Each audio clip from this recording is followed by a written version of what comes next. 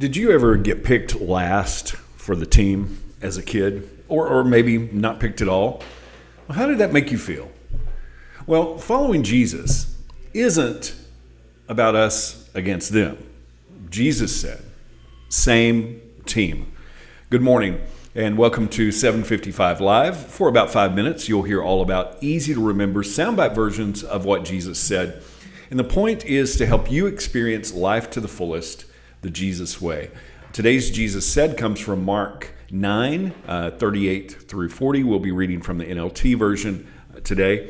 John said to Jesus, "Teacher, we saw someone using your name to cast out demons, but we told him to stop because he wasn't in our group." "Don't stop him," Jesus said. "No one who performs a miracle in my name will soon be able to speak evil of me. Anyone who is not against us is for us." Now, the context here, the disciples had just been arguing about which one of them would be the greatest in his kingdom.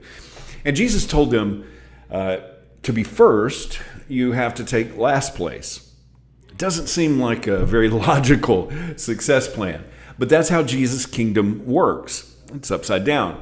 The disciples had been hearing all about the kingdom. I mean, they were close to Jesus. They heard the inside secrets of the kingdom, but they were still trying to do it their own way. And they're saying, "Hey, look, Jesus, this guy over here isn't part of us, and he's using your name to cast out demons. That's not right." And Jesus basically said, "Hey, same team. Anyone who is not against us is for us." One of the lessons here is that finger pointing is easy, and we have a natural tendency to get comfortable in our own little groups and point fingers at others.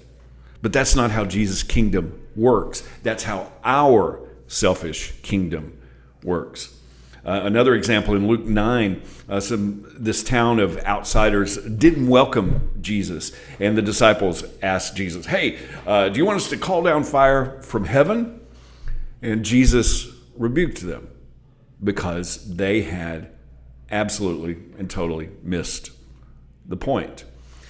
And honestly, I kind of struggle in this area because it's very easy to look around at others' success and compare, or look at how bad some people are and want to call down fire from heaven.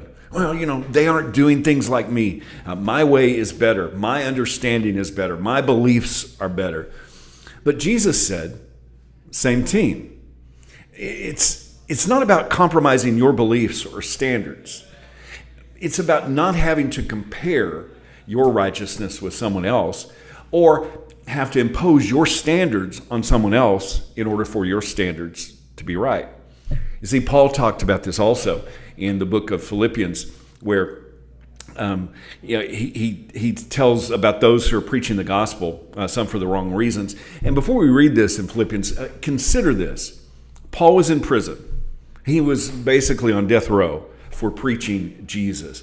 How easy would it have been for him to criticize those who were not in prison, who had it easier, who weren't doing things like he was, and in some cases didn't even do things the right way or for the right reasons. But Paul says this in Philippians 1, 15 through 18. He said, "Some, to be sure, are preaching Christ from envy and rivalry, but others from goodwill. The latter do so from love because they know that I am placed here for the defense of the gospel. The former proclaim Christ from selfish ambition, not sincerely, because they think they can cause trouble for me in my imprisonment." What is the result? Only that in every way, whether in pretense or in truth, Christ is being proclaimed. And in this, I rejoice.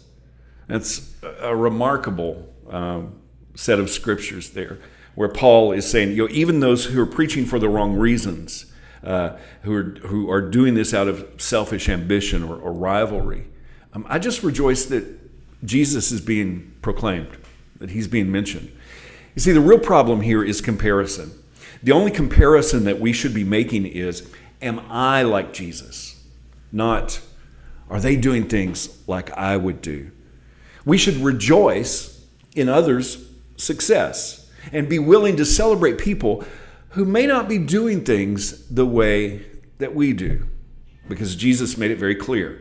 Those that aren't against us are for us. That's why Jesus said, same team. How can you put that into action today? Thank you so much for listening. If this is meaningful to you, it really does mean a lot to me if you like it, if you share it, if you comment. I really appreciate you. And I hope that you have an amazing day today. And I hope this time together has helped you live life to the fullest, the Jesus way. And remember, follow Jesus today. Love first.